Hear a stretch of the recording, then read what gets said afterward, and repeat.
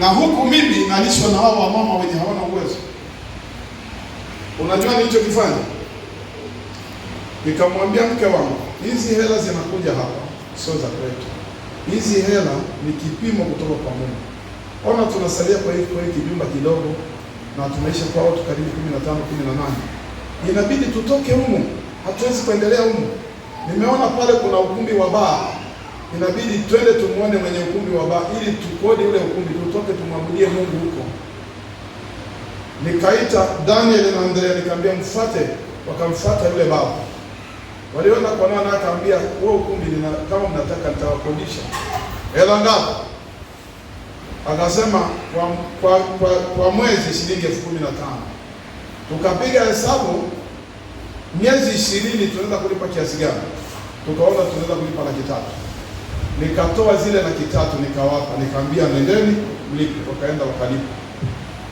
Haitoshi, nikachukua shilingi 10,000 nikampa mke wangu, nikamwambia hizi hela zinatoka kwa Mungu, nenda ukanunue nguo. Nikatoa shilingi 30,000 nikampa mke wangu. Nikamwambia hizi hela 30 za chakula, ikabaki 140,000. Nikamwita Andrea na Daniel, hao ndio nilikuwa na Daniel kule. Nikamwambia twende tununue mbao. Tukaenda Mazizini tukanunua mbao zile hela zote. Tukachonga yale mabenchi, unaona mpaka leo bado ingali alama pale. Tukachonga mabenchi 20. Tukasema tuna njia. Ndipo tukaanza ibada. Mungu amenipa hela, zimekuja kwangu ili nile chakula. Lakini kaona si vyema mimi lile chakula, lazima nirudishe hizo hela kwa nani? Kwa Mungu. Nikatoa zile hela nikazirudisha zote kwa Mungu.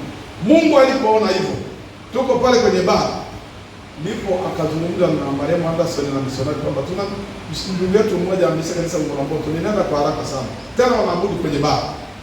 Akamwambia kwenye baa, Mungu haabudiwi kwenye baa. Akamwambia nenda umwambie anitumie picha ya lile jengo. Tukaenda na Mariamu Anderson, nikapeleka picha, tukaiskana, tukamtumia kwenye internet. Yule misionari akaona. Alipoona akaniambia, tafuta kiwanja kwa gharama yoyote, mimi nitanunua. Akaleta pesa, ndio tukanunua kiwanja mnakiona hapa. Ndio kazi ya Mungu inaendelea. Wapendwa, sikilizeni. Huwezi kufanikiwa kama wewe sio mtoaji. Mimi kama ningekuwa mchungaji mwingine, zile hela zangu, nilikuwa na jirani yangu akaniambia hapa Mshiba kuna kiwanja kina 1.5, naomba unipe 1,000,000, na mimi 1,080,000 ninazo mkononi. Lakini nilisema siwezi kununua kiwanja zikwenda kuishi wakati watu wa Mungu wanaabudia kwenye jengo hili. Tutaenda nje kumwabudu Mungu. Hii ndio mwanzo wa kanisa la Ngorongoro. Kama unaona kanisa la Ngorongoro ndio nimefika hapa, ni kile nilichokifanya kwa Mungu.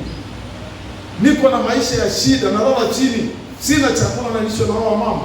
Lakini hela nilizopewa nikazirudisha kwa Mungu. Leo nimefanya kwa Ngorongoro, ina makanisa mengi, ina makanisa makubwa. Kwa nini? Nilitoa kwa Mungu.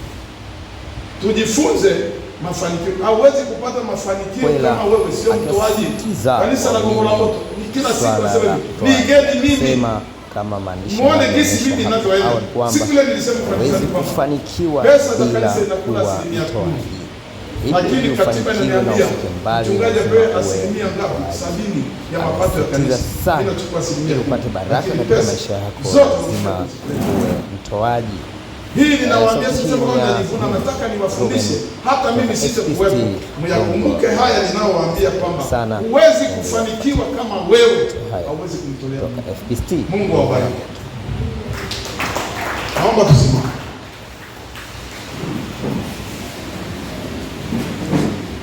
Tunakushukuru Mungu.